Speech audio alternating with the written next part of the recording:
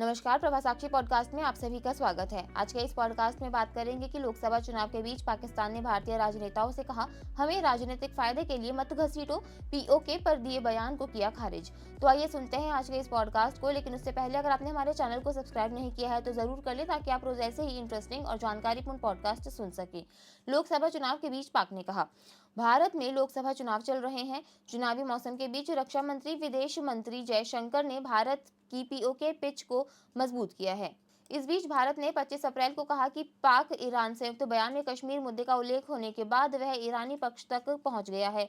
भारत के सख्त पीओके रुख से नाराज पाकिस्तान के विदेश मंत्री ने 26 अप्रैल को भारत के दावे को खारिज कर दिया। पाक के विदेश कार्यालय स्पॉक्स ने कहा कि भड़काऊ बयानों में चिंताजनक वृद्धि हुई है। पाक ने भारत को चेतावनी दी है कि भड़काऊ बयानबाजी क्षेत्रीय शांति और स्थिरता के लिए गंभीर खतरा है। भारत पीओके सहित जम्मू कश्मीर को भारत का हिस्सा बताते हुए दृढ़ रहा है।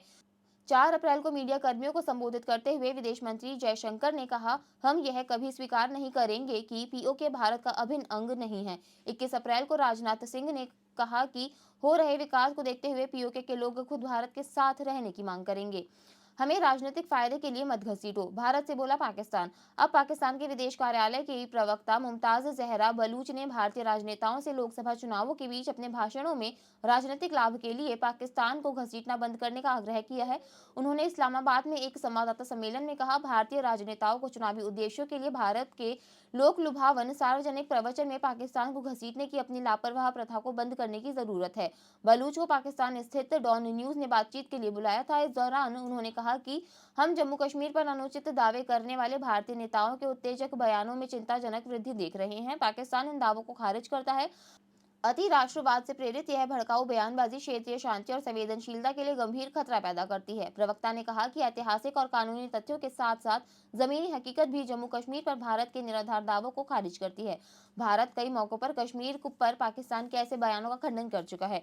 विदेश मंत्रालय ने बार बार कहा है कि केंद्र शासित प्रदेश जम्मू कश्मीर और केंद्र शासित प्रदेश लद्दाख भारत के अभिन्न अंग और अविभाज्य हिस्से हैं और हमेशा रहेंगे। विदेश मंत्रालय ने कहा कि किसी अन्य देश को इस पर टिप्पणी करने का अधिकार नहीं है। 11 अप्रैल को मध्य प्रदेश के सतना जिले में एक रैली को संबोधित करते हुए रक्षा मंत्री राजनाथ सिंह ने कहा कि जिस तरह से जम्मू कश्मीर विकास की ओर बढ़ रहा है, मुझे लगता है कि पीओके में लोग सोचते हैं कि उनका विकास केवल प्रधानमंत्री नरेंद्र मोदी के हाथों ही संभव है, न कि पाकिस्तान के हाथों।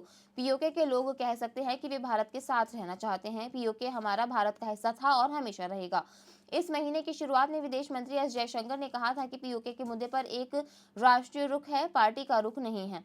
भारत की संसद ने एकजुट रुख अपनाया है और देश हर राजनीतिक दल ने उस रुख का समर्थन किया है। हम यह कभी स्वीकार नहीं करेंगे कि पीओके भारत का हिस्सा नहीं है। यह एकजुट रुख है और हमारा रुख है। आज के लिए इतना ही। अगले पॉडकास्ट में किसी और मुद्दे पर देंगे आपको विस्तृत जानकारी। तब तक के लिए जुड़े रहे प्रभा साक्षी के साथ।